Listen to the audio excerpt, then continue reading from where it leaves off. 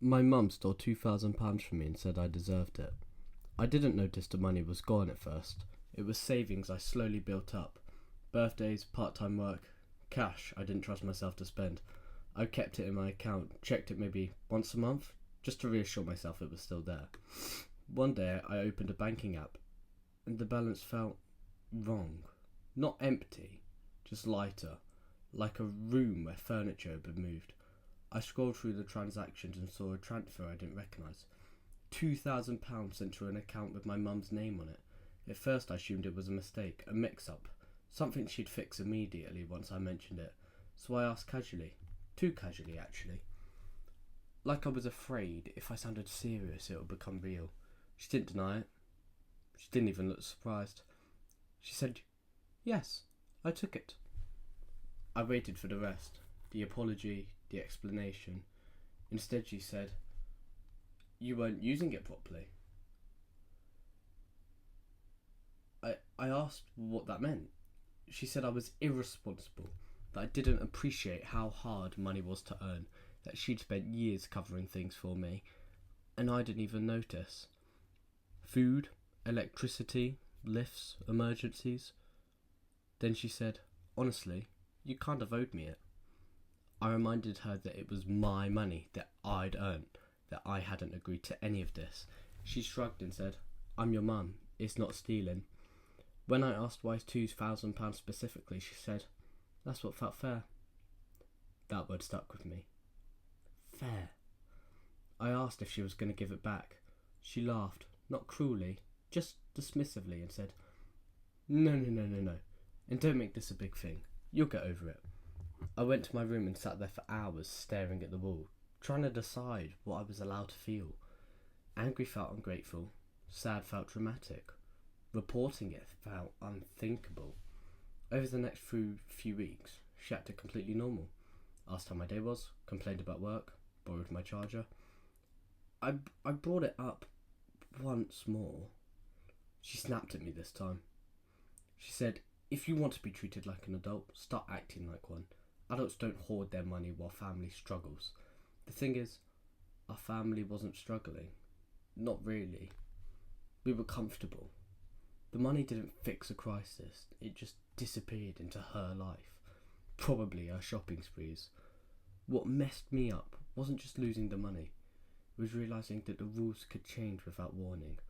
That something I thought was mine wasn't, even if someone who didn't deserve it wanted it.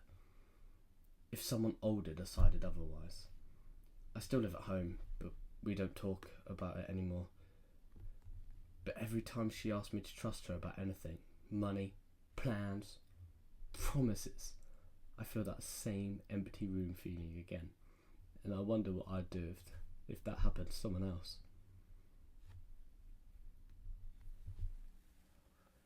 That's got to be illegal.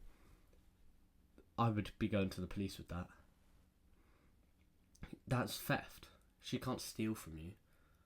That even though she's your mum, she can't steal from you. I get if she'd asked you and you said yes, but she didn't even ask you. Or if she took it and said she'd pay you back, I'd accept that, but not stealing it and then coming back with, "Oh well, I'm your mum, so it's fair." No, it's not. The friend who used my name. I found out by accident, which I think was the worst way to learn something like that.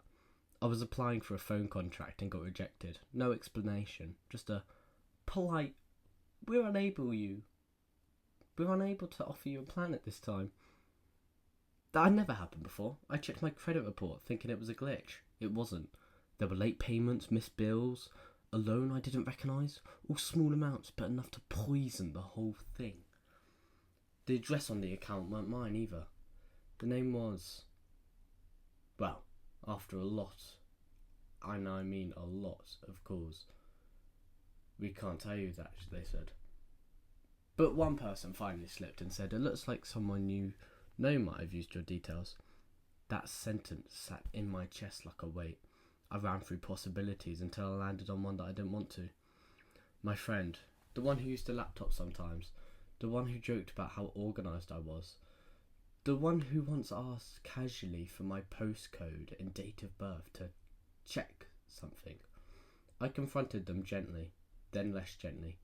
They broke down almost immediately.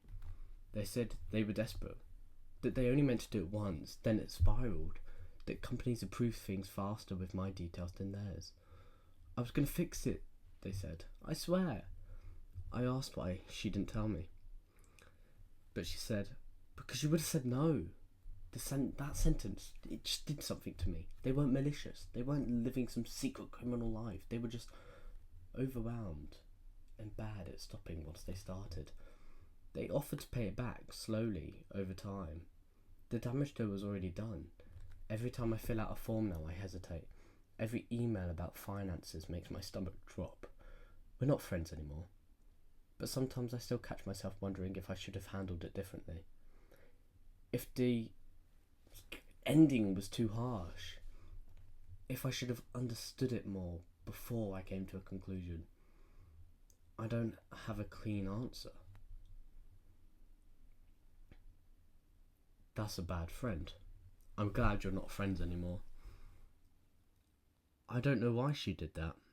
I'm not on her side. I'm completely on your side that you knocked it off with her.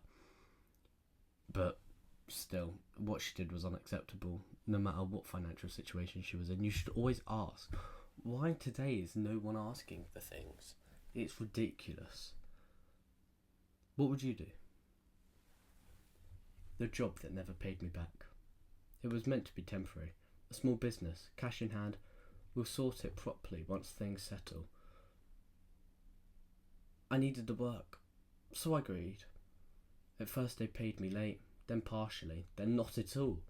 Every time I asked, there was a reason, a delay, a promise. We'll definitely get it to you next week. We just need one more invoice cleared.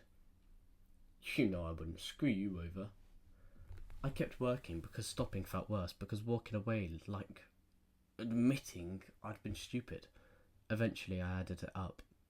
Thousands in unpaid wages. When I finally pushed harder, the tone changed. They said I was being aggressive, ungrateful, that I should be thankful for the experience. One day I showed up and my shifts were gone. No explanation. I messaged, called, nothing. Legally I could have chased it, reported it, taken it further. But doing that meant time, stress, and probably being told it was my fault for agreeing in the first place. So I didn't. But what stuck with me wasn't just the loss of money, it was how easily people can rely on your silence, how politeness becomes a weakness, and how often the person who loses it is the one who tried to keep things calm. I still think about that job when someone asks me to just trust them. A job did that. Why didn't you sue? I know you said you could have taken it, but it was time and stress. But still, time and stress is worth it if you're going to get thousands more than you should have got paid back in return, no? Oh, I don't know.